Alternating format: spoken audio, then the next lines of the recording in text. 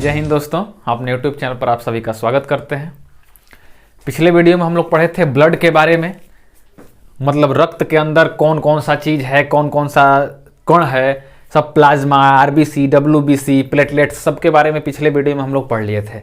आज के इस वीडियो में हम लोग पढ़ेंगे कि ब्लड जो हम लोग कट जाता है कहीं जगह पर, आज की वीडियो में हम लोग पढ़ेंगे कि जब कहीं पर हम लोग का शरीर कट जाता है तो ब्लड बाहर आने लगता है, लेकिन कुछ देर बाद देखे होंगे कि वो ब्लड आना बंद हो जाता है। तो आखिर वहाँ का जो नस है, चाहे जो चमड़ा कटा हुआ है, वो बंद कैसे हो जाता है? आखिर वहाँ पर कुछ ना कुछ क्रिया होता होगा। वहाँ पर क्या होता है कि रक्त जम जाता है, और जम जाता है पीछे, जब आगे मुंह उसका बंद हो जाएगा तो पीछे से ब्लड नहीं आ पाता है, और जो 2-3 दिन के बाद वो जम करके सुखा करके खोरठी बन जाता है, मतलब पोपड़ी टाइप का बन के उखड़ जाता है। हम लोग वो तो देखे हुए हैं। तो आखिर होता कैसे है, उसमें कैसे कैसे क्रिया होती है, उस सब को हम लोग देखते हैं। जब ब्लड जम जाता है, अगर ब्लड नहीं जमेगा तो लगातार खून बाहर आते रहेगा, हम लोग मर जाएंगे, पूरा खून शरीर से निकल जाएगा। तो उस क्रिया को हम लोग देखते हैं। वो क्रिया लगभग 4 स्टेप में पूरी होती है। उस चारों स्टेप को हम लोग देखते हैं, उसको याद कर लीजिएगा। इंपॉर्टेंट क्वेश्चन सब उसमें से राइज होते हैं। ये जो ब्लड जमने की क्रिया है ना, उसको कहा जाता है कैस्केडिंग क्रिया, कैस्केडिंग प्रोसेस। मतलब ये जो ब्लड जम रहा है, खून जमने, क्लॉटिंग ऑफ ब्लड, मतलब जो ब्लड जमने की क्रिया है उसको कैस्केडिंग प्रोसेस कहते हैं। ये इसका नाम है cascading process, cascading process, cascading process. अब उस कैस्केडिंग प्रोसेस में क्या क्या होता है? 4 स्टेप घटता है। 4 स्टेप में हम लोग का ब्लड जमता है, उस सबको देख लेते हैं हम लोग। तो कल हम बताए थे, जब आपको रुधिराणु पढ़ा रहे थे, तो प्लेटलेट्स जो था, प्लेटलेट्स उसको क्या कहते हैं? थ्रोम्बोसाइड।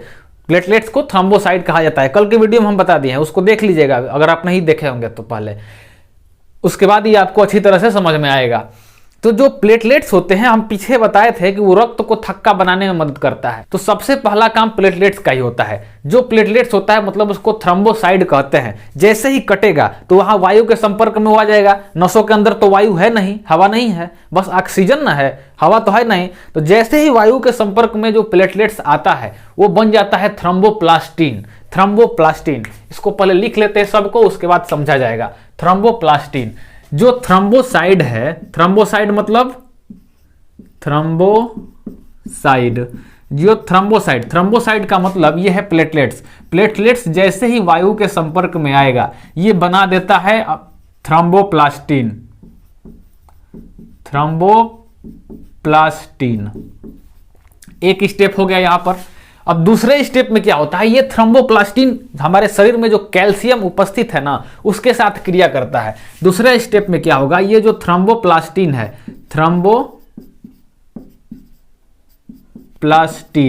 अब ये जो थ्रोम्बोप्लास्टिन बन गया है, वो कैल्शियम के साथ क्रिया करेगा, और कैल्शियम के साथ क्रिया करके पहुंचेगा किसके पास? प्रोथ्रोम्बिन के पास। प्रोथ्रोम्बिन, हम आपको याद होगा, पीछे हम वीडियो में बताए हैं कि प्लाज्मा में प्रोथ्रोम्बिन प्रोटीन होता है। 2 प्रोटीन होता है मुख्य रूप से, प्रोथ्रोम्बिन और एक फाइब्रिनोजेन, जो ब्लड को गाढ़ा बनाता है। अगर फाइब्रिनोजेन को हम बाहर निकाल देंगे तो ब्लड जो प्लाज्मा का भाग होता है उसको कहते हैं सीरम, हम पीछे बताए थे। तो ये प्रोथ्रोम्बिन जो होता है वो सोया हुआ रहता है। प्रोथ्रोम्बिन कैसे रहता है? सोया हुआ रहेगा, जो प्रोटीन है। ये दोनों मिलके थ्रोम्बोप्लास्टिन और कैल्शियम से ये क्रिया करेगा। कहेगा एक कैल्शियम चाचा उठिए उठिए, कट गया है, खून बह रहा है, प्रोथ्रोम्बिन को उठाइए, नहीं तो जमेंगे कैसे। तो वो दोनों मिल करके आ जाते हैं प्रोथ्रोम्बिन के पास। अब प्रोथ्रोम्बिन को उठाते हैं। जब वो प्रोथ्रोम्बिन उठ जाता है, सक्रिय हो जाता है ना, किने कटल है चल देता है। जब वो प्रोथ्रोम्बिन सक्रिय हो जाएगा ना, तो उसको कहा जाएगा थ्रोम्बिन। तो ये दोनों मिल करके अब पहुंचेगा किसके पास? प्रोथ्रोम्बिन के पास। प्रोथ्रोम्बिन क्या है? प्रोटीन है जो हम लोग के ब्लड में उपस्थित रहता है पहले से ही। प्रोथ्रोम्बिन के पास जाएगा। ये सोया हुआ रहता है, जब इसको जगा देगा ना, तभी बन जाता है थ्रोम्बिन। क्या बन जाएगा? थ्रोम्बिन। ये थ्रोम्बिन बन जाएगा। तो जब प्रोथ्रोम्बिन उठ गया तो उसको कहा जाता है थ्रोम्बिन। अब ये थ्रोम्बिन ये नहीं खून को जमाएगा, अब ये जाएगा फाइब्रिनोजेन के पास। हम पीछे बताए थे प्लाज्मा में 2 प्रोटीन होते हैं, प्रोथ्रोम्बिन और फाइब्रिनोजेन। उसके पास ये जाएगा थ्रोम्बिन, और थ्रोम्बिन, ये जो थ्रोम्बिन है अब पहुंचेगा किसके पास? फाइब्रिनोजेन। फाइब्रिनोजेन के पास पहुंचेगा और उससे क्रिया करेगा, कहेगा कि ए फाइब्रिनोजेन चाचा उठिए, कट गया है, खून बाहर जा रहा है, आपको खून को जमाना है। तो अब ये कहेगा कहाँ कटा है, कहाँ कटा है, उठ जाएगा और उठ के किसका निर्माण कर देगा, फाइब्रिन का निर्माण कर देगा, फाइब्रिन का निर्माण कर देगा। बस अब यही हो गया फाइब्रिन, फाइब्रिन बन गया तो अब खून जम जाएगा। इसमें क्या होता है कि जो फाइब्रिन है इसका आकार ऐसे जाली नुमा हो जाता है। जब ये फाइब्रिनोजेन जब थ्रोम्बिन से क्रिया करता है ना तो ऐसा जाली नुमा संरचना बना देता है, इसी को कहते हैं फाइब्रिन। जब ये जाली नुमा संरचना में मतलब फाइब्रिन में जितने भी कार्पल्स है मतलब रुधिराणु सब इसमें फंस जाते हैं और जब फंस जाएगा तो थक्का बन जाएगा, थक्का बन जाता है। ऐसा जालीनुमा है। रुधिराणु सब जितने भी हैं जो red blood corpus, RBC, WBC या प्लेटलेट्स सब खून में बह रहा था, आके आरबीसी चपक जाएगा इस जलीय में, अब बाहर निकल ही नहीं पाएगा। जब कोई को कण फंस जाएगा तो पीछे जो प्लाज्मा तरल अवस्था में थी वो भी बाहर नहीं आ पाएगी, जिससे ये जो इसमें फंस गया वो सुखा जाएगा, सुखा के बन जाएगा खोरठी। उसके बाद 2-3 दिन के बाद हम लोग उसको उकाच देते हैं। जब वहाँ पर मांस बन जाता है तो जल्दी उकाच देंगे तो फिर से वहाँ से खून निकलने लगता है और फिर से घाव बना लेता है, इसलिए 2-3 दिन के बाद पूरा सूख जाता है तभी उसको उकाचा जाता है। तो वही इतना सारा प्रोसेस हुआ था 4 क्रिया में, तब जाके वो खोरठी बना था, मतलब वो पपड़ी बना था, वो खून जम गया था। तो खून जमने में इतना सारा प्रोसेस होता है। अब इतना सारा प्रोसेस होने में ना लगभग 3 से 4 मिनट का समय लगता है। कितना समय लगता है? 3 से 4 मिनट, 3 से 4 मिनट का समय लगता है। इसीलिए देखे हो कि आप कट जाता है कहीं पर, कट गया तो आदमी उसको दबा देता है रुआ से, चाहे ऐसे हाथ से उसको दबा देता है, हाथ से दबा देता है। 2-3 मिनट के बाद जब छोड़ता है तो वहां से खून आना बंद हो जाता है। ऐसा थोड़ी ना है कि 4-5 दिन उसी तरह पकड़ ले है, जब तक वहां पर सूखा नहीं जाएगा, घाव नहीं भर जाएगा, जब तक मांस बन नहीं जाएगा तब तक पकड़ने रहना है, नहीं। वहां पर थक्का बन जाएगा 2-3 मिनट में, उसके बाद वहां से खून आना बंद हो जाएगा। धीरे धीरे दवाई ववाई लगाएंगे, खाएंगे तो ठीक हो जाएगा। जब वहां मांस बन जाएगा तो वो खोरठी बन के जो जमा हुआ था बाहर निकल जाता है। तो इतना सारा प्रोसेस होता है। इस सब प्रोसेस को कहते हैं क्या? Cascading process. सबसे पहले क्या होता है, जो हमारे ब्लड में उपस्थित रहता है थ्रोम्बोसाइड मतलब प्लेटलेट्स, जो भी प्लेटलेट्स उपस्थित रहते हैं, जैसे ही कटता है वायु के संपर्क में ब्लड वहां पर आ गया, वहां का ज्यों संपर्क में वायु के संपर्क में जैसे ही ब्लड आता है वहां पर वो उसको थ्रोम्बोप्लास्टिन बन जाता है। वो जो प्लेटलेट्स है वो क्या बन जाएगा? थ्रोम्बोप्लास्टिन। अब थ्रोम्बोप्लास्टिन कैल्शियम जो पहले से ही हमारे ब्लड में है, कैल्शियम से क्रिया करेगा और प्रोथ्रोम्बिन को उठा देगा। प्रोथ्रोम्बिन क्या है? प्रोटीन है जो हमारे शरीर में पहले से है, तो प्रोथ्रोम्बिन को उठा देगा। प्रोथ्रोम्बिन अब उठ के अब बन जाएगा थ्रोम्बिन। जब वो प्रोथ्रोम्बिन उठ जाएगा तो बन जाएगा थ्रोम्बिन। और जब थ्रोम्बिन बन गया, अब थ्रोम्बिन पहुंचेगा किसके पास? फाइब्रिनोजेन के पास, जो कहां पर है? प्लाज्मा में ही है, प्रोटीन है फाइब्रिनोजेन। उससे कहेगा कि अरे कट गया है, आप चलिए वहां जाली बनाइए। तो अब वो उससे क्रिया करके थ्रोम्बिन से फाइब्रिनोजेन फाइब्रिन बना देता है। और फाइब्रिन एक जालीनुमा संरचना होती है जिसमें पीछे से जितने भी रुधिराणु आ रहे थे अब वो फंसते जाएंगे, बस वहां पर बंद हो जाएगा रास्ता और उधर से खून आना निकलना बंद हो जाएगा। जैसे कहीं नली बह रहा है और उसमें ऐसे 4-5 को छड़ डाल दिया जाता है, जिससे क्या होता है कि सब वहां जितना कचरा आता है वहीं पर फंस जाता है। जब फंस जाता है कचरा तो पानी फिर उस नली से बाहर आने लगता है कि नहीं आने लगता है। फिर जब हम लोग कचरा को निकाल देते हैं तो फिर पानी निकलने लगता है। वही काम ये करता है फाइब्रिन। तो कैसे रक्त जमा, इसको हम लोग देख लिए। अब इतना सब देखें, इसमें हम लोग बचपन में पढ़ते आए थे कि रक्त को थक्का जमाने में कौन सा विटामिन मदद करता है। तो हम लोग पढ़े थे कि विटामिन के मदद करता है। तो रक्त को थक्का जमाने में विटामिन के कहाँ आया? लेकिन जो विटामिन के है वो इन सब क्रिया को होने के लिए प्रेरित करता है। मतलब जिसके शरीर में विटामिन के अधिक रहेगा उसका खून जल्दी जम जाएगा, जिसके शरीर में विटामिन के की उपस्थिति कम रहेगी उसका खून देर से जमेगा। देखते हैं किसी आदमी का खून थोड़ा देर के बाद बंद होता है, किसी का आराम से 1-2 मिनट में बंद हो जाता है। तो वो विटामिन के की उपस्थिति पर निर्भर करती है। अगर विटामिन के नहीं रहेगा शरीर में तो ये सब क्रिया नहीं हो पाएगा। वो सबका कंट्रोल कौन करता है? विटामिन के करता है। पूछ देगा कि कौन सा विटामिन सबका कंट्रोल करता है रक्त को थक्का जमाने के लिए, कौन सा विटामिन है? तो वो है के, विटामिन के। अगर पूछ दिया कि कौन सा रुधिराणु है, कौन सा कार्पल है? रुधिराणु कौन सा रुधिराणु मदद कर रहा है? तो प्लेटलेट्स मदद कर रहा है। ये हम कल भी बताए थे, प्लेटलेट्स प्लेटलेट्स। इतना ही हम लोग बचपन से पढ़े थे कि रक्त को थक्का बनाने के लिए प्लेटलेट्स मदद करता है और रक्त को थक्का बनाने के लिए कौन विटामिन मदद करता है, के। लेकिन ये सब क्रिया होती है अंदर ब्लड में, उतना देर में हम लोग को समझ में नहीं आता है। इतना सब क्रिया होने के बाद रक्त थक्का जम जाता है। पूछ देगा कौन से प्रोटीन मदद करते हैं रक्त का थक्का जमने में, तो दो गो प्रोटीन,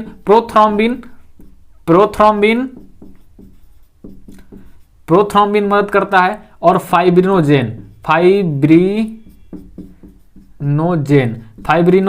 ये बहुत इंपॉर्टेंट प्रोटीन है, ये ब्लड को गाढ़ा भी बनाता है और अगर इसको निकाल देंगे हम लोग ब्लड में से तो जो प्लाज्मा बच जाएगा उसको हम लोग सीरम कहा जाता है। सीरम रोग से लड़ने का काम करता है। इतना हो गया। अब पूछ देगा कि कौन सा तत्व मदद करता है, तो यहां पर पढ़े थे हम लोग कैल्शियम मदद करता है। ये सब इसमें से छांट के निकाल दिए हैं। कौन सा तत्व मदद करता है, कैल्शियम मदद करता है। तो इसको याद कर लीजिएगा, डायरेक्ट एग्जाम में पूछ देते हैं। ये सब क्रिया अगर नहीं भी पूछेगा, आपको नहीं भी याद रखेगा, लेकिन ये वाला याद रखना जरूरी है, डायरेक्ट एग्जाम में पूछ देता है। उन चारों को आप याद कर लीजिएगा। कैसे खून जमा था इतना तो हम लोग देख लिए। जब यहाँ कट जाता है, तो जब कट जाता है ब्लड आ रहा है तो उसको जमना तो जरूरी है। लेकिन मान लीजिए, सोचिए अगर ये ब्लड शरीर के अंदर जम गया, नसवे में जम गया, तब क्या होगा। जब वहां पर मान लीजिए अंदर खून जम गया बीचे रास्ते में, इधर से प्रेशर जा रहा था 120 का और उधर से आ रहा था 80 का प्रेशर। ब्लड प्रेशर चैप्टर में तो हम सब आपको बता दिए हैं। जब 120 के प्रेशर से मारेगा, वहां पर ये फाइब्रिन बन गया है और खून को जमा दिया है बिचवे में। अब बिचवे में खून जब जम जाएगा तो वहां नस फट जाएगी। जब उस नस फट जाती है ना, उसी को कहा जाता है हेमरेज। उसको क्या कहते हैं, हेमरेज कहते हैं। हेमरेज कहा जाता है। अगर हम लोग का बीच में ही खून जम गया और प्रेशर के चलते नस फट गई, उसको हेमरेज कहा जाता है। ये क्यों होता है, अगर विटामिन के की उपस्थिति बहुत अधिक हो जाएगी हमारे शरीर में, तो वो क्या करेगा कि सबको जमाने लगेगा, जहे तहे जमा देगा। लेकिन इधर उधर जमाता है पूरे शरीर में, तो शरीर में कभी हेमरेज सुने हैं कि हाथ में हेमरेज हो गया, नहीं हो पाता है, क्योंकि नसें मोटी हैं। लेकिन दिमाग में जो हमारी नसें हैं बहुत पतली पतली होती हैं, ब्रेन के अंदर बहुत पतली पतली नसें होती हैं। उनमें अगर हल्का सा भी खून जम जाएगा ना तो वो फट जाएंगे। उनका मोटा नहीं रहा, इधर का नस तो मोटा मोटा है, उसका नस पतला है, फट जाता है। इसलिए सुने होंगे कि ब्रेन हेमरेज हो गया, वो मर गया। अगर ब्रेन हेमरेज हो गया तो आदमी मरिए जाएगा, बचेगा नहीं। तो हेमरेज समझ गए, हेमरेज बीमारी कैसे होती है। अगर खून बीचे में जम गया तो नस जब फट जाती है उसको हेमरेज कहा जाता है। अगर ये ब्रेन में नस फट गई तो उसी को ब्रेन हेमरेज कहा जाता है। कोई एक नया चीज थोड़ी ना है ये।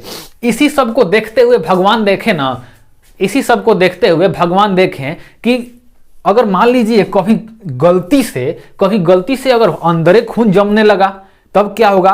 तो अंदर जब खून न जमे, इसके लिए भगवान हम लोग के शरीर में एक प्रोटीन दे दिए, पूरे ब्लड में वो घूमते रहता है और ये सब चारों पर भारी पड़ता है। ये थ्रोम्बोसाइट है, प्रोथ्रोम्बिन है, फाइब्रिनोजेन है, इस सब पे वो भारी पड़ जाता है। कैल्शियम है, इस सब चारों पर वो भारी पड़ता है। ये चारों मिलके हर जगह खून को जमा देंगे। अगर वो प्रोटीन नहीं रहेगा ना तो ये कहीं भी खून को जमा देंगे। तो उन खून को नहीं जमे, इसके लिए हमारे शरीर में एक हेपरिन नाम का प्रोटीन पाया जाता है। कौन सा प्रोटीन, हेपरिन नाम का प्रोटीन पाया जाता है। हेपरिन इसको याद कर लीजिएगा। हेपरिन एक प्रोटीन है जो हमेशा इस सक्रिय रहता है हमारे ब्लड में, कहीं पर खून को जमने नहीं देगा। इसको क्या कहा जाता है, एंटी क्लॉटिंग कहा जाता है। एंटी क्लॉटिंग मतलब ये क्लॉटिंग नहीं होने देगा। एंटी क्लॉटिंग प्रोटीन है ये। पूछ दिया क्वेश्चन में अगर कि एंटी क्लॉटिंग प्रोटीन कौन है, हेपरिन। किस प्रोटीन के चलते हमारे शरीर में खून अंदर नहीं जमता है, हेपरिन के चलते। अगर हेपरिन जब वायु से संपर्क में आएगा ना तब ये मर जाता है। जैसे ही वायु से टच होगा हेपरिन, ये हेपरिन मर जाएगा। जब ये जैसे ही हेपरिन मरेगा ये सब एक्टिव हो जाएंगे। ये थ्रोम्बोसाइट एक्टिव होकर थ्रोम्बोप्लास्टिन बना देगा। इसके बाद ये प्रोथ्रोम्बिन को से थ्रोम्बिन बनाएगा, फाइब्रिन बना देगा। जब तक ये जिंदा है हेपरिन, ये सब कुछ नहीं कर पाएंगे। ये विटामिन के, प्लेटलेट्स और ये दोनों प्रोटीन और ये कैल्शियम मिलके कुछ नहीं कर पाएंगे इसका, जब तक ये जिंदा है। लेकिन जैसे ही वायु के संपर्क में आएगा ये मर जाता है। वायु के संपर्क में आने पर हेपरिन निष्क्रिय हो जाता है, तब ये क्रिया चालू हो जाता है। भगवान बहुत चालाक था, इसीलिए समझा कि अगर कट जाएगा तो वायु मिलेगा ही, और जब मिलेगा तो ये बंद हो जाएगा, जब बंद हो जाएगा तो ये खून जम जाएगा। लेकिन किसी में अगर हेपरिन प्रोटीन अधिक मात्रा में हो जाता है, बहुत बढ़िया हो जाता है, हवा के संपर्क में आएगा तब वो नहीं निष्क्रिय होगा, बहुत अधिक हो जाता है। तो उस समय क्या होता है, अगर हेपरिन अधिक हो जाता है ना तब खून जमता ही नहीं है, अगर नस कट गया ना तो खून निकलता ही रहेगा, निकलता ही रहेगा, खून जमबे नहीं करेगा। वो बहुत रेयर बीमारी है। अभी तक देखा गया है इंग्लैंड की महारानी में, इंग्लैंड की महारानी जो एलिजाबेथ थी ना, उस समय ये बीमारी आ गया था, हेपरिन उसका निष्क्रिय हो ही नहीं रहा था। उसको अगर ब्लड कट गया उसका कहीं से तो खून आना बंद नहीं होता, उसको दबा के रखना पड़ता है बहुत दिन तक। वो अनुवांशिक बीमारी है, छूने से नहीं फैलती है। उस रानी में आया था, इंग्लैंड की महारानी एलिजाबेथ में, फिर उसकी लड़की में, उसकी लड़की में, उसकी लड़का लड़की में, वो आते जाएगा। अब वो बीमारी खत्म नहीं, उन्हीं लोग में रहेगा। वो अनुवांशिक सबसे पहले इसमें देखा गया था एलिजाबेथ में। अगर हेपरिन ज्यादा मात्रा में निकलने लगेगा तो एक बीमारी हो जाती है, उसको कहा जाता है हीमोफोलिया। हीमोफोलिया नामक बीमारी अनुवांशिक है। किसमें हुआ था? इंग्लैंड की महारानी, इंग्लैंड की महारानी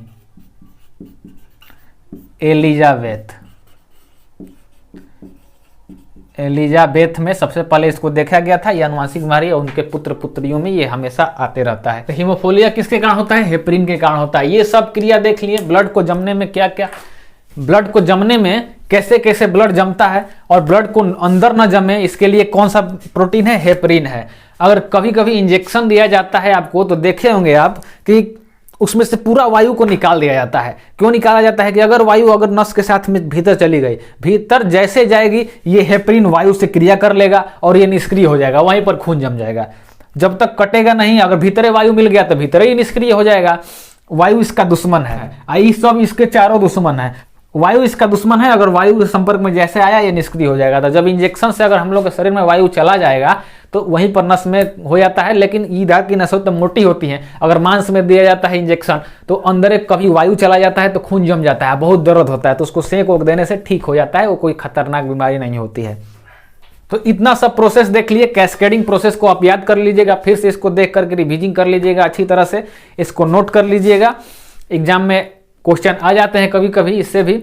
जब मान लीजिए किसी का कट गया तो आप वहाँ पर देखिएगा, उसको समझाने लगेगा कि कैसे कैसे खून जमा था, 3 से 4 मिनट लगता है। थ्रोम्बोसाइट जो प्लेटलेट्स होता है क्रिया करता है और वो क्रिया करके वायु से बनाता है थ्रोम्बोप्लास्टिन। उसके बाद थ्रोम्बोप्लास्टिन कैल्शियम से क्रिया करके प्रोथ्रोम्बिन को उठा के थ्रोम्बिन बनाता है।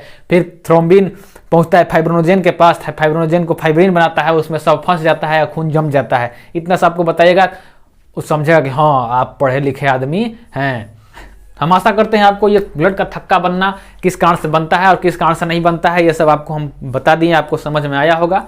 अब अगले वीडियो में हम लोग देखेंगे ब्लड ग्रुप के बारे में। ब्लड ग्रुप किसी का ए होता है, ए बी होता है, निगेटिव पॉजिटिव सुने होंगे, उसका ए निगेटिव है, बी पॉजिटिव है, ओ है, उसका खून सबको दे देगा। ये सब आप बात सुने होंगे। इस सब का कंफ्यूजन अगले वीडियो में दूर हो जाएगा कि कैसा कैसा ग्रुप, कैसे ग्रुप होता है, कैसे हम उसकी पहचान करते हैं। आप भी डॉक्टर बन जाइएगा। इस वीडियो में इतना ही रहेगा। अगर वीडियो आपको समझ में आया हो, अच्छा लगा हो तो इस वीडियो को लाइक कर दीजिएगा, कमेंट कीजिएगा और ज़्यादा से ज़्यादा शेयर कीजिएगा, और हमारे चैनल को सब्सक्राइब करना नहीं भूलिएगा अगर आप नए होंगे तो।